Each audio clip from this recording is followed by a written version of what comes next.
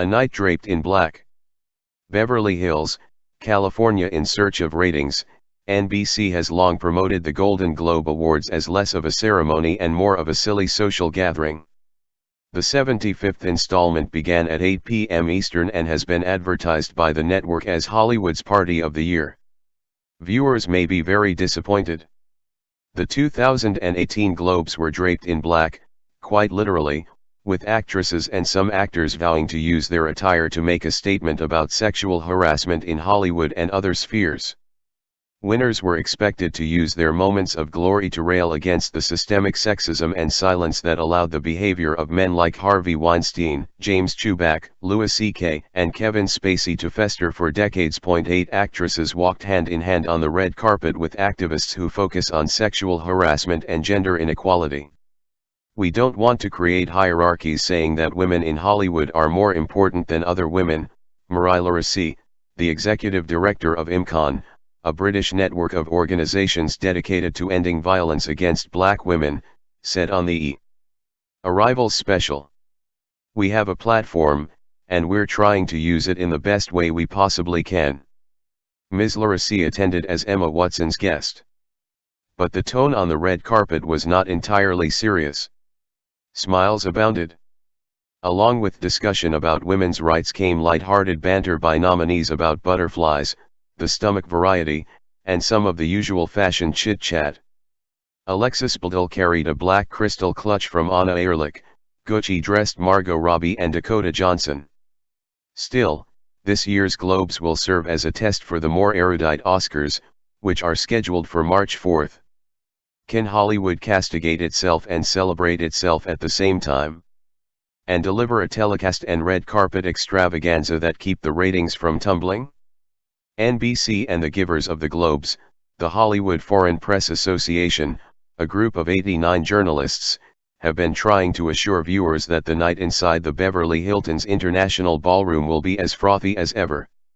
NBC ran a star-studded Globes anniversary special in December, essentially a primetime infomercial, and ceremony organizers have promised plentiful booze, 125 cases of Moët and Chandon champagne, and flowers, vibrantly colored red and orange roses displayed in glittering, diamond-wrapped gold containers.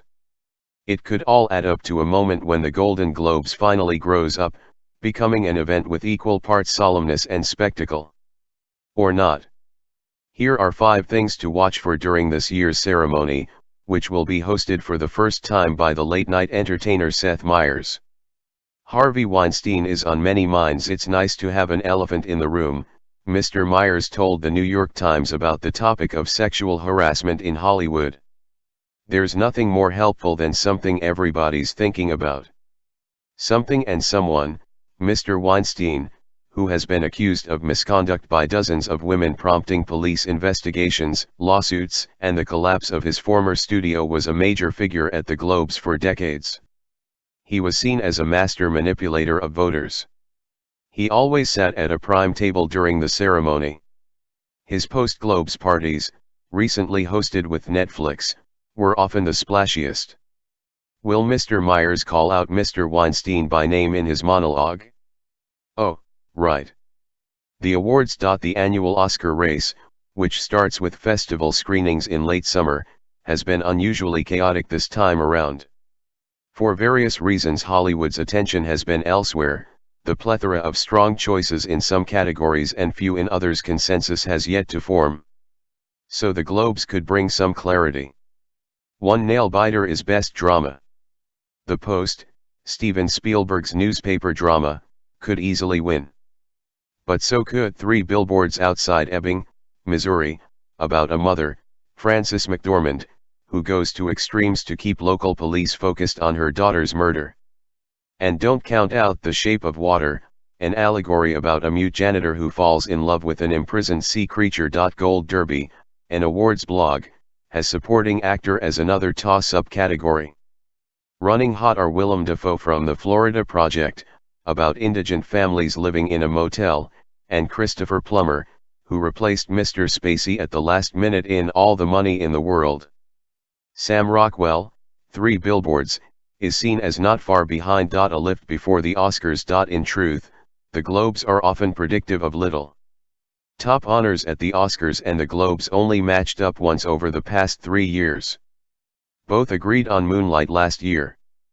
But the globular trophies are coveted by studios, which cozy up to the press association in hopes of receiving a box office boosting blast of attention for winter movies.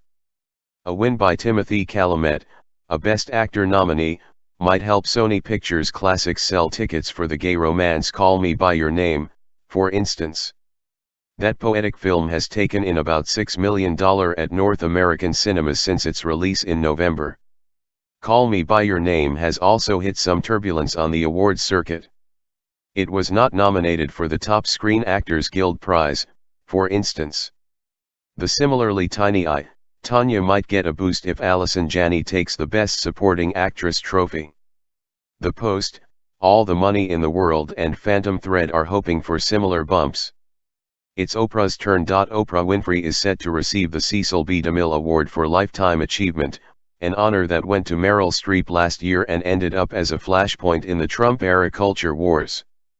During her acceptance speech, Ms. Streep went after Mr. Trump, targeting his skills as a showman and branding them as insidious. Mr. Trump fired back, calling Ms. Streep one of the most overrated actresses in Hollywood. Will Ms. Winfrey deliver a political zinger of her own? If she does go on the attack, it will probably be against the entertainment industry. She has been involved in recent months with the creation of an ambitious anti-harassment action plan called Time's Up. Television has big stars, too. While the Press Association's movie awards receive the most attention because of their proximity to the Oscars race, the Globes ceremony relies on television categories for much of its star power.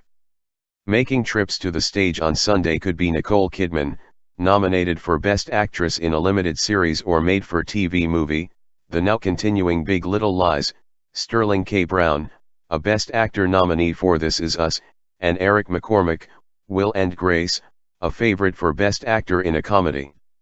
Globe voters also love to support comedies that have debuted only recently. See, Transparent, Brooklyn Nine-Nine. Benefiting from that tastemaker desire this time around could be The Marvelous Mrs. Maisel, an Amazon series about a woman who becomes a stand-up comedian in the 1950s. It could win Best Comedy. At the same time, Best Actress in a Comedy could easily go to Frankie Shaw, the star of the new Showtime series Smilf, about a working-class single mother in Boston.